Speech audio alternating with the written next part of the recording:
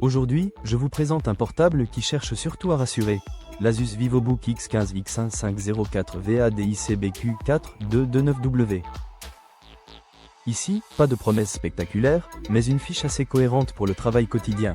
Écran IPS Full HD, Windows 11 Pro, SSD de 512 Go, lecteur d'empreintes et même quelques accessoires utiles. À 699 € au lancement, la question est donc simple.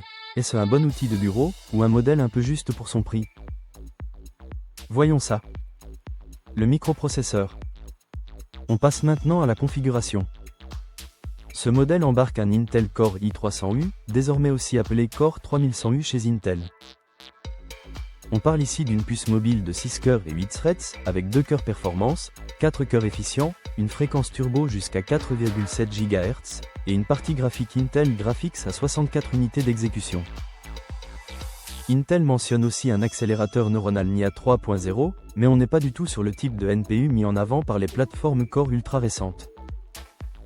En clair, je le situerai comme un processeur sérieux pour la bureautique, les cours, la navigation et le multitâche raisonnable, mais pas comme une machine pensée pour les charges lourdes ou l'IA locale ambitieuse. L'écran. À présent, examinons l'affichage.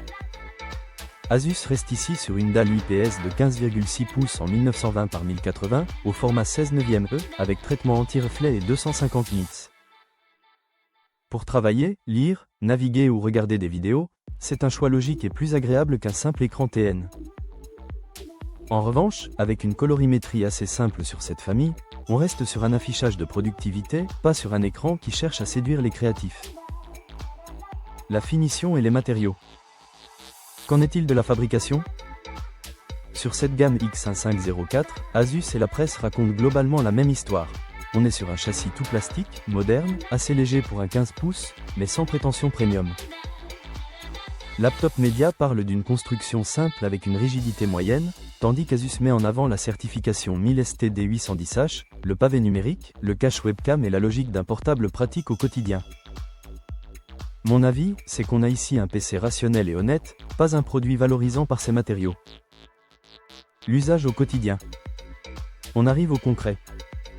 Ce modèle dispose de 8 Go de RAM, d'un SSD de 512 Go, d'un lecteur d'empreintes, de Windows 11 Pro, d'un pavé numérique et d'une connectique simple mais correcte.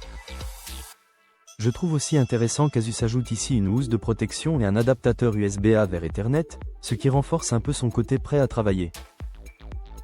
En revanche, le clavier n'est pas rétroéclairé, la webcam reste en 720p, et avec 8 Go seulement sur cette version, il ne faut pas viser un usage trop ambitieux. Le prix est le verdict. Alors, faut-il s'y intéresser? Oui, si vous cherchez un portable de bureau simple, avec un écran IPS, un SSD correct, Windows 11 Pro et quelques petits plus orientés usage professionnel. Mais à 699 € au lancement, je trouve le positionnement seulement correct, pas particulièrement agressif, surtout avec un Core i300U et 8 Go de mémoire. Pour voir son prix du moment et la liste des marchands qui le proposent, le lien en description renvoie vers Comparer Malin. Et c'est clairement là que ce VivoBook peut devenir, ou non, un achat malin.